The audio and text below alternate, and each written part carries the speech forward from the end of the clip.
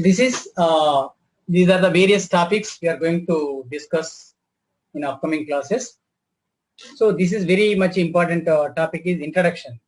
Yesterday I gave a small introduction about C language, but we are going to give wider introduction about C languages. Means how many languages are there, what is the importance of that language, and how that conversions will be there, like translators.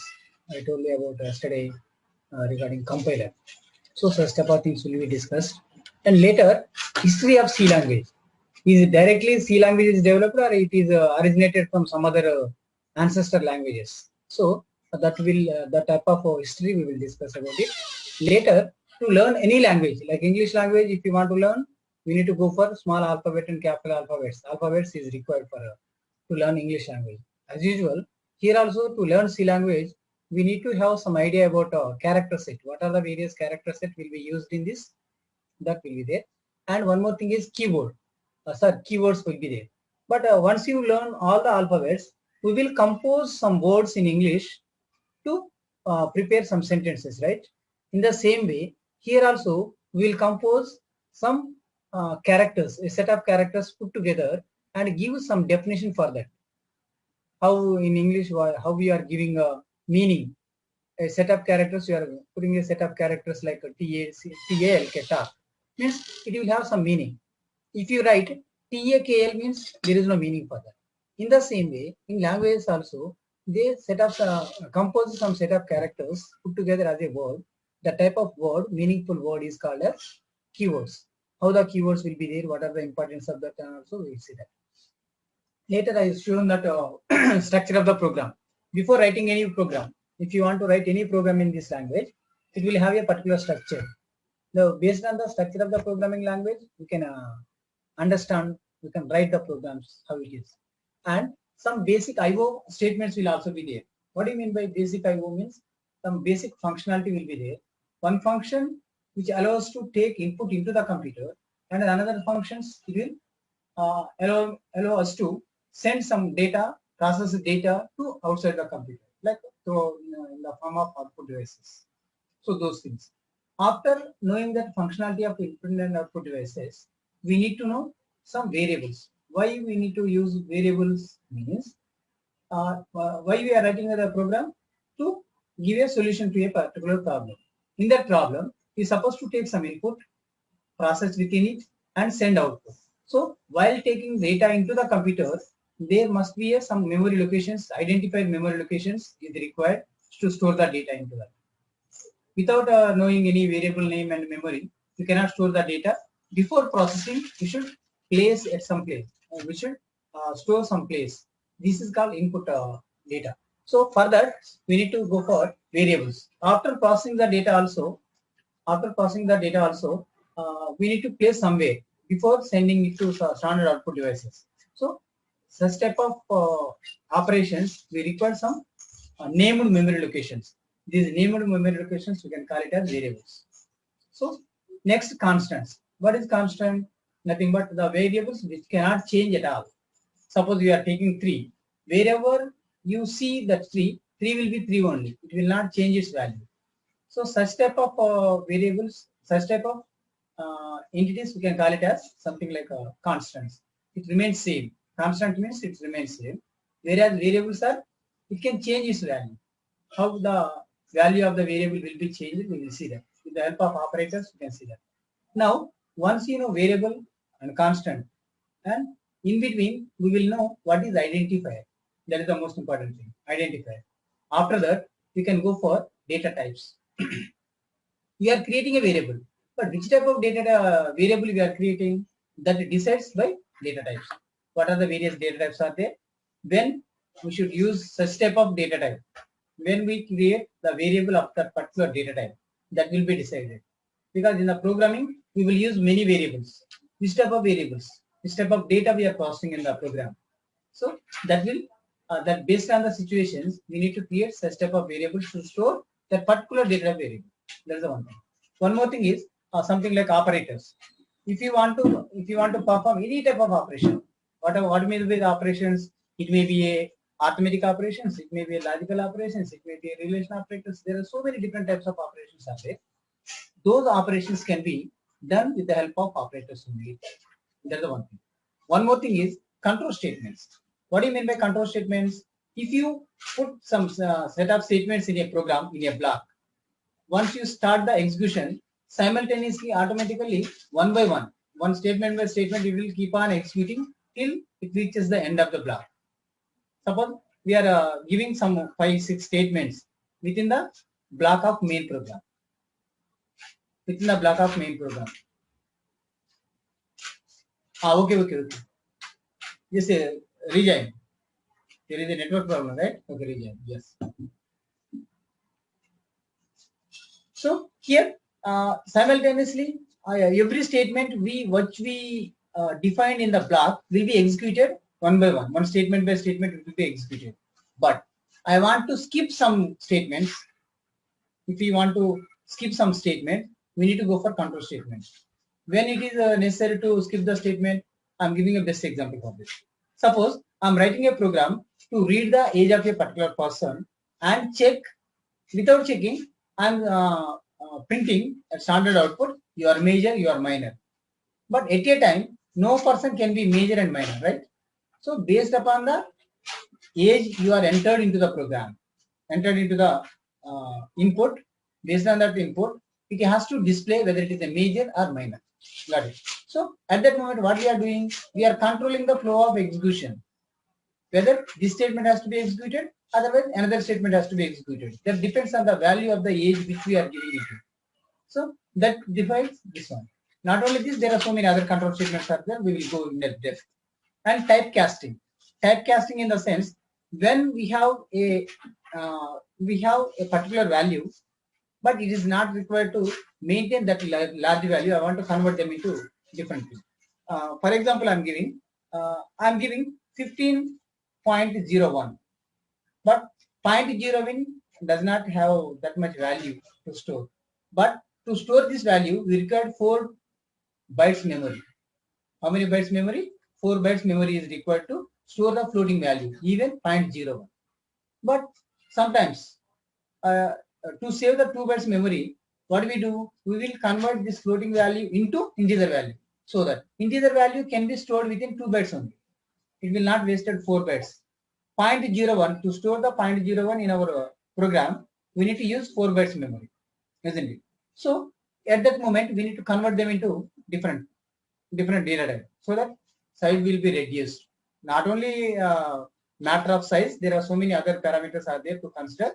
Why we need to convert into one data type into another data type. That is called typecasting. Means converting one data type value into another data type value. That is compatibility must be there. Suppose if we want to convert the string into integer, means it's not possible. But character into number into character also is possible. So I will show that even. Now here what we are doing, every time we are taking a particular variable to store a particular value. Now I'm declaring a is equal to n, int a, means we can store the integer type of variable into integer type of value into the variable a. But how many values we can store simultaneously? There is only one value can be stored in that. But if you want to store a group of values, a set of values together into a single variable, otherwise we can store 10 values in 10 different variables, like a1, a2, like that. We can take up to a10. Suppose there may be a situation to store 100 values of same integer type. How many individual variables we should take? 100 individual variables we should take. At that moment, to overcome the programming, remembering the variable names are very difficult, isn't it? So instead of declaring 100 variables, we can take a single variable and we will hold some size. How many such type of variables are required? So that group of values we are combining together of same data type is called arrays. So that is the one more concept. That is the 14th concept. Coming to 15th concept, function. Suppose if you are writing a program of 100 lines, but if you perform a particular action, all 100 statement has to be executed, because all are defined in a single block. So once block has been started its execution, simultaneously all statement will be executed till it reaches the ending block, isn't it? But it's not at all required at all. So what I'm doing is this underlines program, I'm converting it into different modules. Modules nothing but some functions. So suppose I'm giving a small program, example program. I'm reading two numbers. I want to print sum. I want to calculate the sum. I want to find out the difference. I want to find out the product. I want to find out the quotient and remainder. But at a time, all operations are not required. Which operations is required? Only that statement has to be executed. Got it. So at that moment, I am dividing addition operations into add one function. I'm defining in a one function, and subtraction in subtraction block, multiplication block, division in division block. So I'm dividing into different blocks. But throughout the program, while executing the program, which operation is required, we can call only that function. So within short span of time, we can perform that operation, we can get the result instead of executing all the statement at a time. So that type of modularity can be given by functions concept. And pointers explaining with a small oral example is not possible. So practically I will show that. But here coming back to 13 point.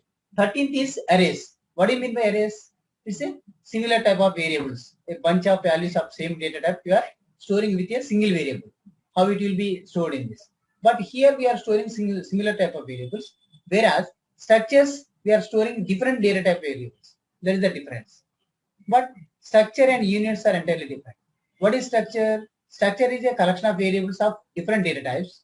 But each and every sub-member of that member of that particular structure will have its own size to store the value. But whereas union does not have like members. I will give a small example for this one. But suppose some what is that? Rich families, they may double bedroom, triple bedroom plots will be there, but all will not watch their programs in single TV. They may have individual TVs in their homes, in their rooms, or a single bedroom kind of thing. They may maintain, but somebody may not maintain, but somebody may maintain. But whereas like unions in middle class or low class, some families does not have TV also. Some families may have one TV, not more than one, because they are middle class. So here also, why I am comparing all these things means, here individually memory will be allocated. There is it will not save the memory to store the data. But whereas here unions will have its own memory. But coming to that particular example, I will let you know that. But only one set of data will be allocated that will be shared among the members. Here the memory allocated to that union is shared among the various members of that union. But whereas structure will have its own independent what is that? Storage place for that. And enumeration data types means use the different data types and files to store the data. These are the 20 different concepts we are going to discuss in that. Wherever you go, without this terminology, without these concepts, there is no programming language. That is the reason everyone trying to learn this language. From basic character set onwards, we have been explaining everything. That is the reason it will be better, it will give you a better fundamental knowledge about the programming. So I will suggest almost all the people who want to go for higher level package learning or software development concepts. So every concept basic will be given in the C++. So that is the reason we prepared the content and I'm showing it. So this is the one thing I want to let you know. Next, one more thing. She is still in hospital. She did not come back. So she may miss the concepts. So one more thing. Pratham, are you there? Yes, sir. Can you turn on your video? Yeah, 1 minute.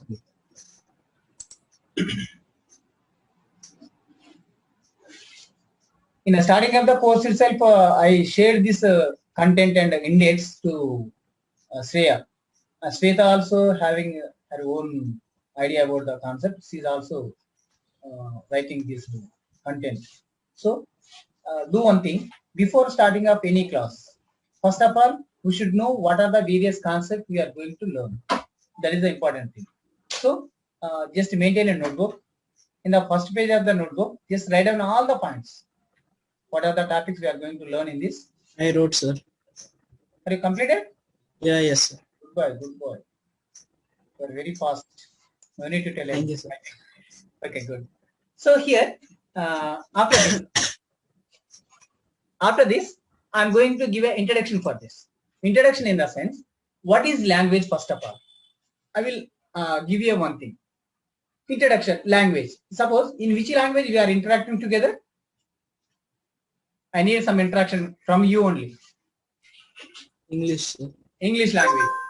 Without this language, can you interact together? Other than English, other than speaking language, other than speaking language, is it possible to communicate together? No. No, not possible. Means by By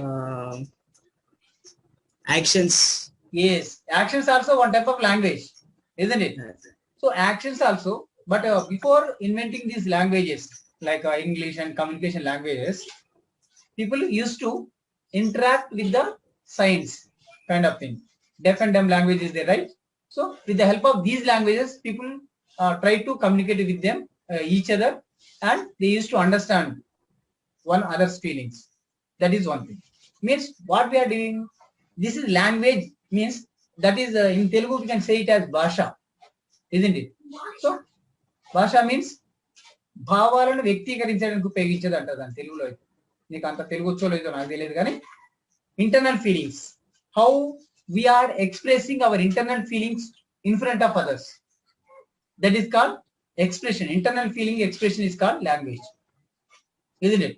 So these languages can be broadly divided into two types.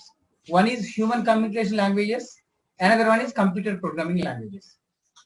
These languages can broadly classify into two types of languages. One is human communication languages, but all over world there are so many languages are there, but among all those languages cannot be written. Some language does not have any character set to write. Is it tribal language? There does not have any written language. They can speak, they can understand, they can communicate each other, but they don't have writing character set. Such type of languages are there. But in some languages, they have some character set to write. They can speak, they can write, they can do many things like this, isn't it? So these are all programming languages. But computer programming languages, computers are invented and developed by US people, isn't it? Who is the founder of computer? Who is the father of computer? Charles Babbage. Am I right? Charles Babbage is the founder of computer. Earlier of Charles Babbage also somebody tried a lot to prepare a computer, but vacuum tube based computer developed by Charles Babbage, isn't it? From there onwards, that is the first generation computer. There are so many generations of computers. Now we are in fourth generation. Fifth generation computers going to come, like artificial intelligence computers. Self-thinking computers will be invented within upcoming generations. But we are in fourth generation, that is completely based on microprocessors. Almost microprocessors. Okay? Lakhs of operations can be done within fraction of seconds. Those are called high-speed computers like supercomputers. That type of computers are there. So in this, now I'm talking about the language, right? So these languages can be broadly classified into two things: human communication languages and computer programming languages. But we will not go to human communication languages. That is entirely different subject. But coming to computer programming languages, there are different levels of languages are there. Different languages of levels. What are the levels? Means the languages which can understand by the programmer, by the user, easily understandable by the user, those are called high level languages. By reading the statement itself, we can understand. By reading the statement itself, we can understand which language it is, isn't it? Suppose I'm giving a small example for this. In a database language, there is a SQL language is there. That SQL language, we can write small statement. Select student number, HT number, student name, and date of birth from student. Once again, select hall ticket number, student name, date of birth from student table. Student. That's it. By reading this, almost it's like a English language. By seeing itself, we can understand that what we are going to perform, which operation we are going to perform, and you can understand that. Got it. So that is the one thing. So this type of languages we can call it as high-level languages. But whereas some languages will be there. One of computer, what is that? Scientist, Python scientist, he can write his name, whatever the name you are telling, in bytecode. What are the number you are, what are the sentence you are typing, you are telling, he will write in bytecode. What do you mean by bytecode means? Suppose if you want to write A will be converted into ASCII code 65, and 65 will be converted into zeros and ones. Computer directly understand the bytecode, isn't it? So such type of speedy language we can write. He is from Uttar Pradesh, I think. One of the person is from Uttar Pradesh, one scientist. So he can simply, while teaching itself, he can write, he will convert the characters into ASCII code into bytecode. Simply, very fastly, he can write everything. So computer directly understand only bytecode. That is one more important. But computer understand only bytecode. We know only high-level languages. But how computer is understanding our language into bytecode? But computer will give some response to us. But how we are understanding this language given by the computer by us? How we are understanding the output given by the computer? That is little bit confusing thing. But here, for this, I will give one example. You understand that you may know Arabic, otherwise some other languages which I don't know, isn't it? Just assume that you may know something Bengali. I know only Telugu.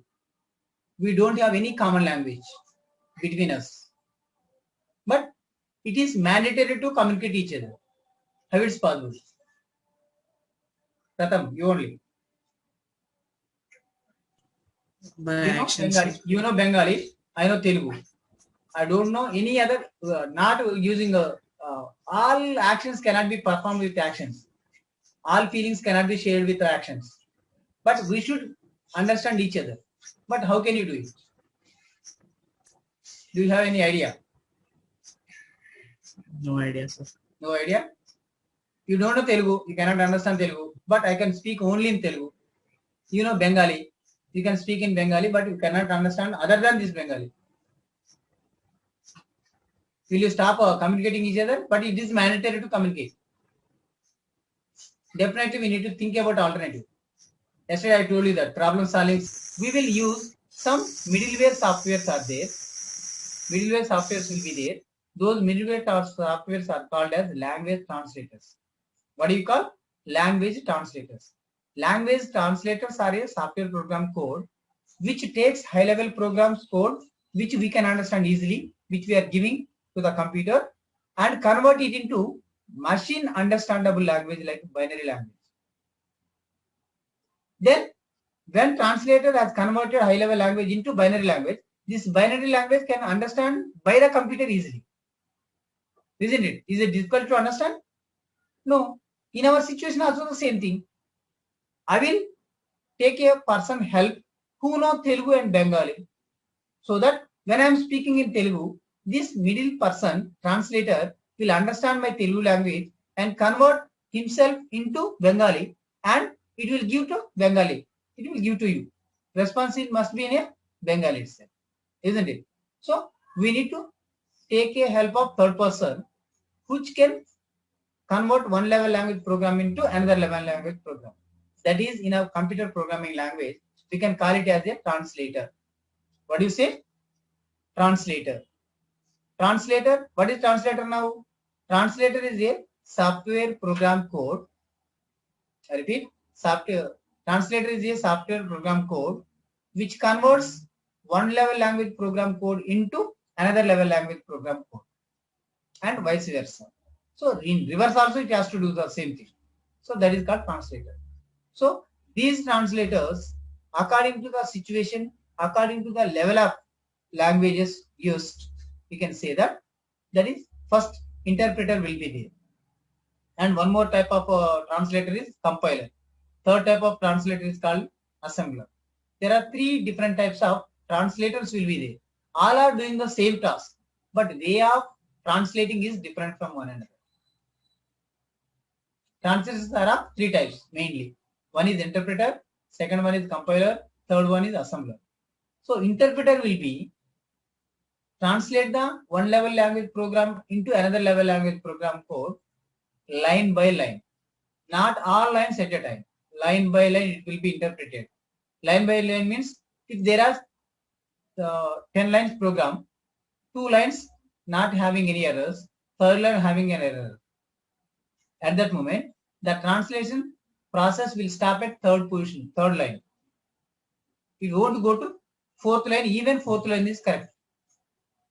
Once you remove the error from third line, it will go to the fourth line. Otherwise, it will stay back there itself. That is interpreter concept. And whereas compilers also one type of translator which converts one level language program code into another level language program code and vice versa. This is the information, but it will converts all lines of code at a time and translate it into binary language. So that is one type of translator. Assembler especially designed to lower level language program translations. So in microprocessors, if you want to write something in a microprocessor, if you want to execute some program, we need to decode our code into instruction code. That instruction code will be typed into microprocessor. Then that microprocessor instructions will be converted into machine level. So assemblers especially used to convert assembly level language program code into machine level. It's not used for middle level.